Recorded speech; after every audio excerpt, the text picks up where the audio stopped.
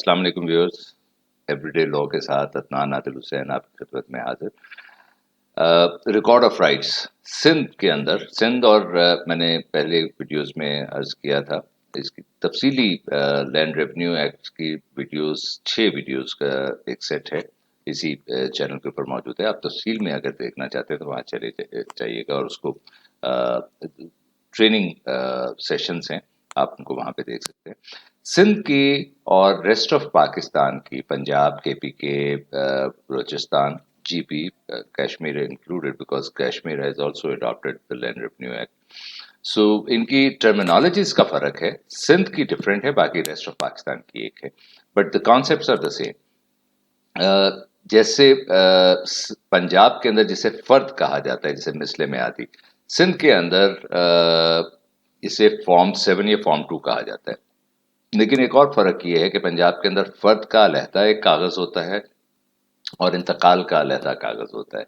सिंध के अंदर ये दोनों इंतकाल और फर्द दोनों एक ही कागज के अंदर बुने हुए होते हैं, जिसे फॉर्म 2 और फॉर्म 7 कहा जाता है। Form 2 is for urban area जो कि अर्बनाइज हो गई है, कन्वर्ट हो गई है अर्बन की तरफ। इस DCO के नोटिफिकेशन के बाद वो इसे उसका सखनी का सर्टिफिकेट मिल गया। इसको पंजाब में सखनी का सर्टिफिकेट कहा जाता है कि ये साकिन हो गए, यहाँ लोग रहना शुरू हो गए।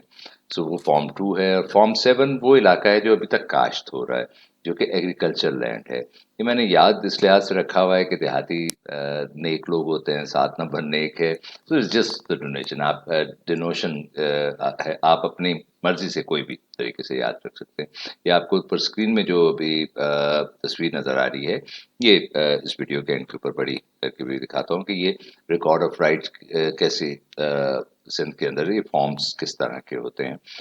इसके अंदर फॉर्म 8A भी एक इशू किया जाता है। अच्छा, फॉर्म 7 की भी 2 टाइप्स हैं, form 7B, form 7A। Form 7 याद रहे एग्रीकल्चर से रिलेटेड है। फॉर्म 7B जनरली इशू किया जाता है और उसके बाद जितने फॉर्म्स इशू हुए होते हैं उसके 25% assistant Mukhtiarkar as per land revenue rules 1968 Sindh के उसको चेक करता है, टेस्ट करता है, और in case of any change form 7A issue किया जाता है, वरना form 7B is the usual document which is issued. इसी तरह जैसे वहाँ म्यूटेशन का कागज अलग होता है, यहाँ रजिस्टर ऑफ होल्डिंग होती है।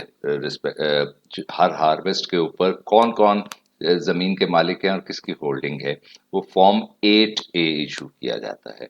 सो ये 2 फॉर्म्स आपकी ओनरशिप से रिलेटेड एक्टिविटी बता रहे होते हैं।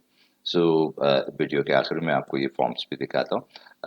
दरख्वास्त यही है कि इस वीडियो को लाइक कीजिएगा, चैनल को सब्सक्राइब कीजिएगा और अपने दोस्तों और अहबाब में इसको शेयर कीजिएगा with the request to subscribe the channel. अपना ख्याल रखिए। अल्लाह हाफिज।